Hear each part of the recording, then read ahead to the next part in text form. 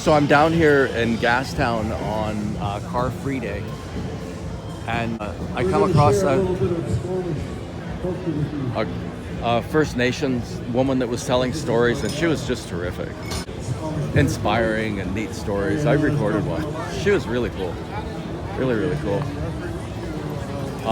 And I'm watching her and I'm thinking, geez, how wonderful must it be to occupy a kind of a hero position in society, and to also at the same time have so much wealth coming into your possession. I mean, that must be such a high. Anyway, there was a woman from England that was sitting beside me, and we got talking. Actually, she's going to come back. She's the woman from England. Maybe I'll introduce you, because she's just gone to talk to the woman that told the story, and then she wants to come back and talk to me. And I'm talking to her about the situation in BC, and for someone that's never heard of it, it just sounds absolutely berserk. So let's just lay it out, right? First Nations have a veto over every natural resource project in the province. If you want it to go through, you have to pay them. pay them. You have to guarantee them jobs. You have to guarantee them contracts, benefit sharing agreement. And at the same time, they get all kinds of really massive amounts of support from the government for this or that project, right? And like the woman that was here, she was telling the story about how she went on a 6-week canoe trip around Vancouver Island, like with a support vessel, right? And I think, and what I mentioned to her is, I said, just think about how privileged that is. I'm pretty sure that the government paid for this, right? One way or another, the government paid for a support vessel to follow them around Vancouver Island. And I just said, like, how many other ethnicities in Canada get that solely on the basis of their ethnicity? Like, it's a seriously privileged thing. And then I talked to her about how in the Queen Charlotte Islands, you can't vote in the local system of governance unless you're First Nations.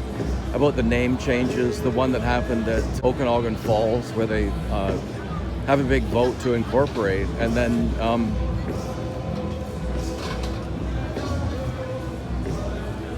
then they find out that because of the UNDRIP, they have to allow the First Nations who say it's their territory to give it a name. Like, that's happening. Right? Awful stuff happening in Powell River. In the Queen Charlotte Islands, if you're not First Nations, you can't vote. I think I said that already. And the different sorts of name changes that are happening, they're forcing us to have just a single name, and that's the First Nations name that nobody can pronounce because it's a really difficult language to pronounce. There's 15 different ones, which complicates it even more. There's probably one or two that they settle on, but it's just really difficult to pronounce. Just look it up.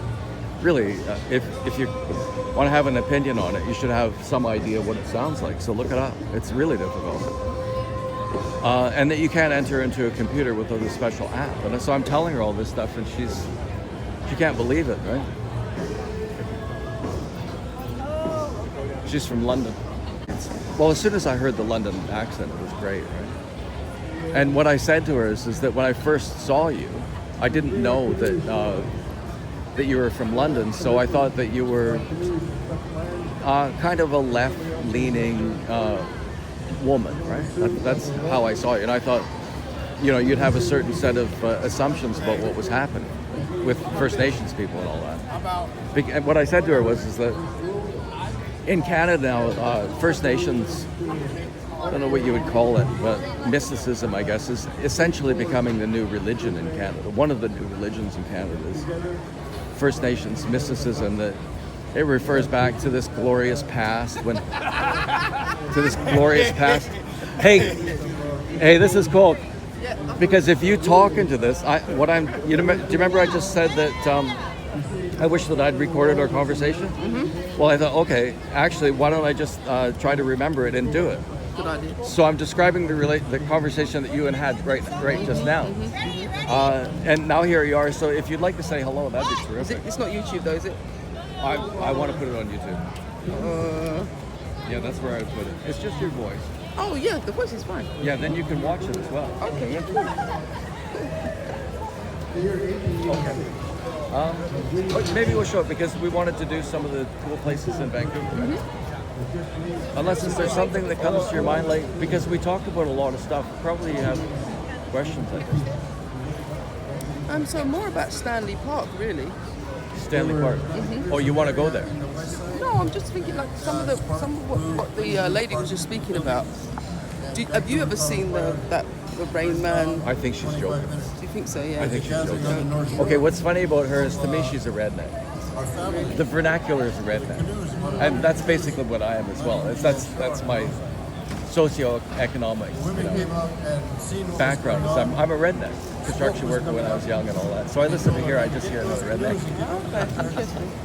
It is Obviously, interesting, for me, isn't it? it's completely different. Yeah. But you were talking about also about the properties and. Well, okay, yeah. So you're referring to the situation in Richmond where for about the next 10 years or so before this, until this goes through the Supreme Court, people who have bought property there are no longer secure in their ownership of the property. They could lose private property. What's really weird about it is that the First Nations said they're negotiating this for 5 years, right? And they said, we don't want the private property. But the lefty judge said, no, we're going to give you the property too. And they've taken over a big chunk of Richmond. Richmond, you probably have Richmond in England, so, oh, you can watch this later as well. Yeah, so your property rights are not secure. Not for that group of people it isn't. There's all kinds of things that are happening. They're closed. I think for 2 months, there's certain parts of Canada where they've taken over the right to close the parks except for their ethnicity. If you just say their ethnicity instead of First Nations, because First Nation carries a certain connotation. They're the original people here. This is the sort of thinking behind it, right? They're the original people here, so that means it belongs to them. But what's happening is that, like, if that argument actually holds that much water, what's happening is they aren't just taking the land, they're taking all of the things that colonialism brought. They're taking the wealth of colonialism and assuming that's theirs just simply because they've been there this long. Like the development that I showed you, I think it's called Saginaw. I think that they intend to the plan is to make $20 billion over the life of the project, which should be 50 or 60 years. But the band is probably only 4,000 people. It's wild. She's nodding in agreement. She could, if you hear it expressed like this, it's just wild.